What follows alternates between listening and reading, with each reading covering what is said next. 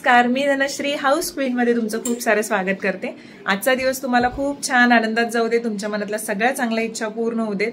आता मी जाते दादरला, कारण जसं मी म्हटलं होतं की उन्हाळा सुरू झालेला आहे, आपण मसाले सगळे तयार करतो आणि समीराशी काल बोलणं झालं होतं। मग एक मैत्रीण मिळाली, तर तिथे त्यांनी मला कॉन्टॅक्ट करून दिला आणि आज आपण बघूयात की मसाले कसे तयार होतात मालावलकरचे आणि तिथे जाऊन सगळी प्रोसिजर आपल्याला बघता येईल। आणि मला बोलले की मला एकतर एकटीला तिथं काही कळणार नाही, त्याच्यामुळे सचिनना म्हटलं की इफ पॉसिबल तुम्ही या म्हणून। तर मग तिथे त्याने आज हे दोघं पण गावी चाललेले आहेत, कारण गावच्या घराचं जे काम सुरू आहे त्याच्यासाठी सचिनना आत्ता जाणं गरजेचं आहे। आरवला 3 दिवस सुट्टी आहे सलग आणि त्याच्यामुळे मग तो कोल्हापूरला जातो म्हणा लागला मावशीकडे त्याच्या, कारण मम्मी पण तिथं आलेली आहे राजेशीकडे। त्यामुळे म्हटलं ठीक आहे। आरवने बजरंग बली हनुमानांचं चित्र काढलेलं आहे, थोडस इकडे तिकडे झाले पण त्यानं प्रयत्न भरपूर चांगला केलाय। चलो आवरा। ओके, जसं मी म्हटलं होतं की मालावलकर मसाले यांच्या शॉपवरती मी आलेले आहे आणि इथे सगळे मसाले तुम्हाला दिसतील। मी कस्टमाइज मसाला बनवून घेण्यासाठी आले, कारण काय आलंय की यात्रेसाठी भली मोठी आता मागणी माझ्याकडे इकडे आले। आता यांच्या काकूंनी सुद्धा सांगितले की धनश्री येताना मसाला घेऊन ये आणि झणझणीत हवा आहे, कारण जेवण जे असते ते नॉनव्हेजचं असतं यात्रेचं।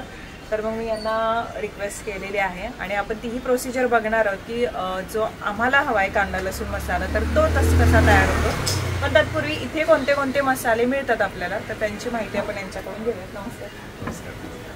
बरं, मी तर नाव ऐकलेलं आहे मालावलकर मसाल्यांचं, तर इथे कोणते मसाले तुम्ही प्रोव्हाइड करता? इथे आम्ही जे मसाले करतो म्हणजे कस्टमाइज ऑर्डरच्या कस्टमरप्रमाणे आम्ही पहिल्यांदा बनवून घेतो। पण कोकणी मसाला एक घेतो, मालवणी मसाला एक घेतो, कांदा खोबऱ्याचा घाटी मसाला येतो, पावभाजी मसाला येतो, सांबार मसाला येतो, परत खलासणी एक मसाला असतो, ईस्ट इंडियन एक मसाला असतो, म्हणजे कॅथलिक ख्रिश्चन समाजाचा वर्ग आहे त्यांना तो मसाला लागतो। म्हणजे कस्टमरच्या जसे जसे रिक्वायरमेंट आहेत त्याच्याप्रमाणे आपण बनवत आहे मसाला कस्टमाइज करून। अजून इथे बघताय, इथे बाकीचे जे मसाले मी जे म्हटले तुम्हाला आणि काही मसाले सांगितले, जसं काश्मीरी मिरची पावडर, कोंबडी मटण मसाला, लाल तिखट, घाटी मसाला, मच्छी, आणि प्रत्येकाचे कलर बघा तुम्ही वेगवेगळे आहेत, त्या त्या प्रपोर्शननुसार मसाल्याच्या ते कलर आहेत ते वेगवेगळे आहेत। मला जी यादी लागली होती काकींना विचारून सगळं घेतलं होतं की त्यांना मसाल्यामध्ये नेमकं काय काय पाहिजे, आणि ती ऑलरेडी यांना व्हॉट्सअप केली होती। तर ते सगळं बघूयात की किती किती प्रपोर्शनमध्ये आपण घेतोय आणि त्याच्यानंतर जिथे मसाला बनणार आहे तर तिथे आपण जाऊन प्रोसिजर बघणार आहोत। तर स्टार्ट करूयात की आता कसं आम्ही जेव्हा घरी तयार करतो कांदा लसूण मसाला, तेव्हा मिरच्या ज्या आहेत त्या चांगल्या सुकवतो।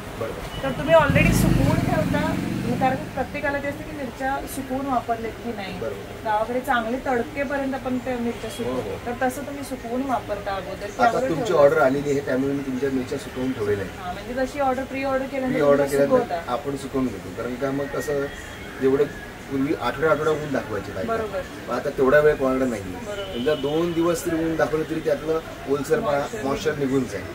तसं आपण 2 दिवस आपण मिरच्या उन्हात ठेवून झालेलं आहे आणि तुमचं आता मी मसाल्याचं मिरची आणि गरम मसाल्याचं प्रमाण करून कुटायला घेणार आहे। जे मसाले मला हवे होते, गरम मसाले, खडे मसाले, तर ते सगळे मसाले जे आहेत तर ते मी त्यांना आधीच व्हॉट्सअपला लिस्ट पाठवली होती आणि त्या प्रपोर्शननुसार त्यांनी सगळे जे मसाले आहेत तर ते एकत्र करायला घेतले होते। तुम्हीही अशाच पद्धतीने करून घेऊ शकता आणि जर तुम्हाला माहीत नसेल तर तुम्ही त्यांनाच सांगू शकता की तुमच्याकडे असलेले जे मसाले असतील तर ते द्या। आता आम्ही कांदा लसूण मसाला करणार आहोत, तर त्याला जे जे साहित्य लागतं जे मी मम्मीला आधीच विचारलं होतं आणि ते त्यांना व्हॉट्सअपला पाठवलं होतं आणि तेवढं सगळं प्रपोर्शन घेतला। पण इथे मला थोडासा मसाला जो आहे तो थोडा एकदम काय म्हणतात त्याला झणझणीत हवा आहे, तर त्याच्यामुळे थोड्याशा काही गोष्टी मी एक्स्ट्रा केलेल्या आहेत, जेणेकरून यात्रेचं जे जेवण आहे ते नॉनव्हेज असल्यामुळे थोडंसं झणझणीत असावं आणि आवडावं लोकांना यासाठी। तर हे सगळे जे मसाले आहेत एकत्र केलेले आहेत। कांदा लसूण मसाला आहे त्याच्यामुळे कांदा आणि लसूण सुद्धा लागणार आहे। तर हा जो मसाला आपण सगळा घेतलेला आहे हा 1 किलोच्या प्रमाणात घेतलाय ना, म्हणजे 1 किलो मिरचीच्या प्रमाणात आपण तुम्ही तुमच्या याच्याप्रमाणे आपण फॉर्म्युलेशन प्रमाणे आपण हा मसाला आता काढलेला आहे 1 किलो मिरचीच्या मसाल्याप्रमाणे। ओके, चला आता हा सगळा मसाला घेऊन कांदा आलं, खोबरं आलं, लसूण आलं, मीठ आलं आणि हे सगळं मेन गरम मसाला। बरोबर, तर हा सगळा आपण आता घेतला आणि हा घेऊन जाणार आहोत आपण जिथे मसाला हा तयार होतो। ती प्रोसिजर तुम्हाला मीही बघेन आणि तुम्हालाही दाखवेन। तर चला निघूयात आपण। चालेल।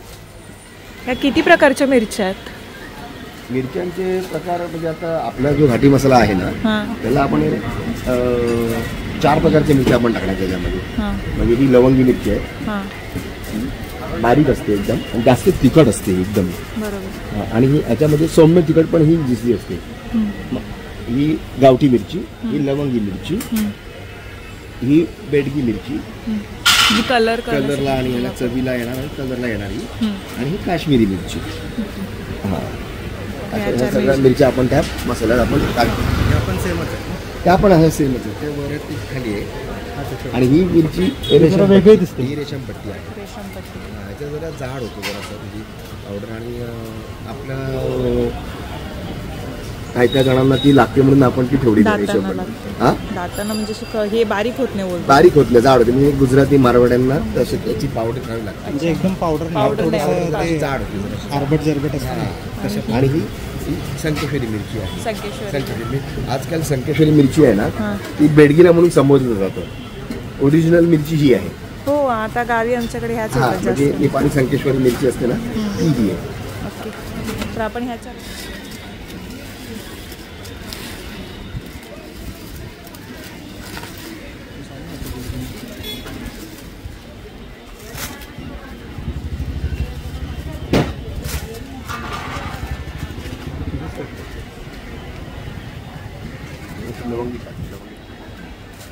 एक किलो मिरचीचा मसाला आहे ताईंचा, ऑर्डर प्रमाणे आपण करून दिलेला आहे.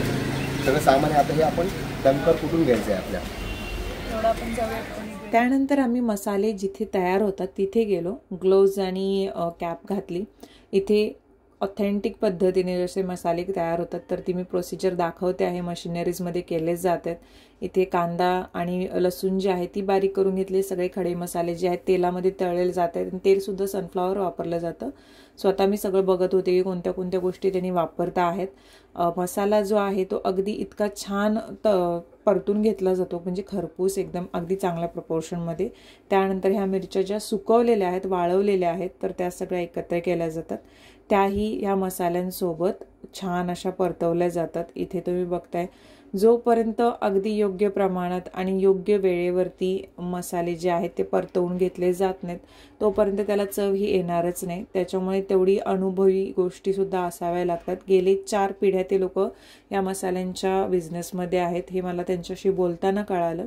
आणि खूप काही गोष्टी शिकले सुद्धा की मसाले किती गरजेचे आहेत आणि किती पद्धतीने त्यांनी ते आत्ता ही 4थी पिढी त्यांची करते आहे हा व्यवसाय. तर ते भारी वाटलं की आपला मराठी माणूस यामध्ये म्हणजे व्यवसाय करतोय.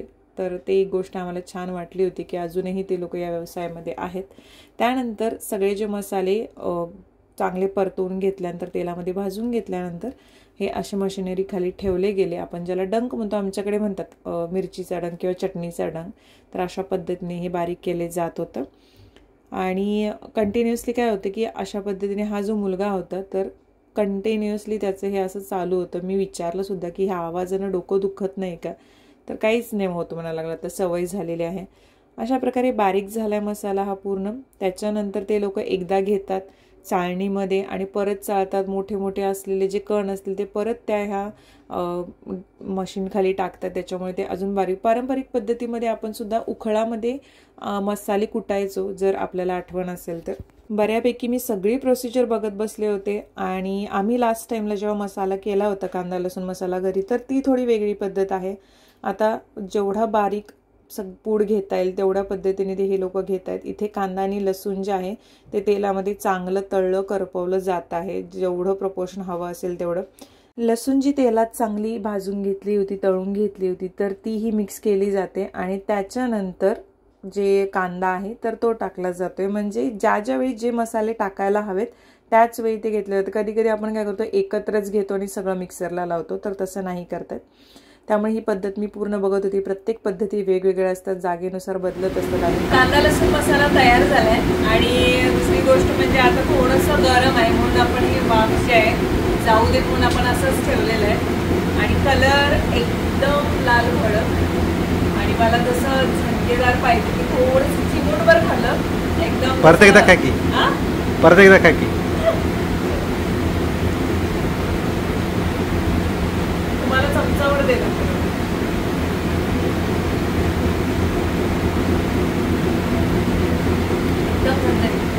पाणी पाहिजे का? आपल्याला जसं हवं आहे ना तसं झालंय. सो हा एवढा मसाला, याचा अजून कलर येईल थोडंसं थंड सेटल झाल्यानंतर, पण आपण एक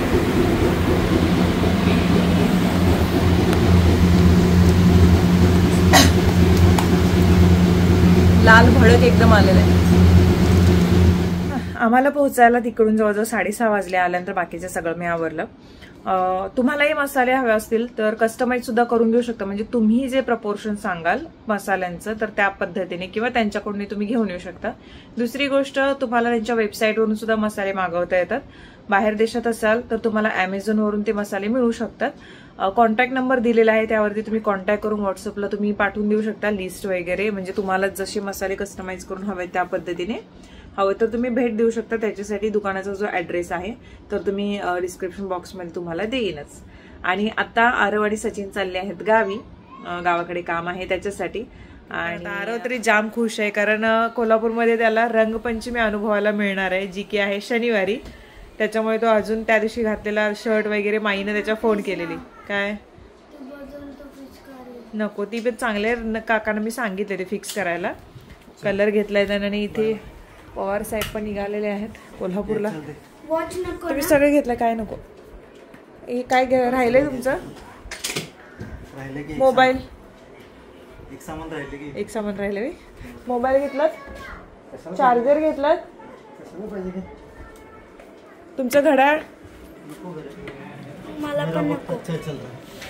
आणि काय राहिलं? इकडे की बळ फक्त की मला पाहिजे इकडे.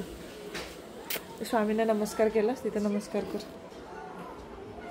Okay, tata bye bye. या लवकर जाऊ का नको?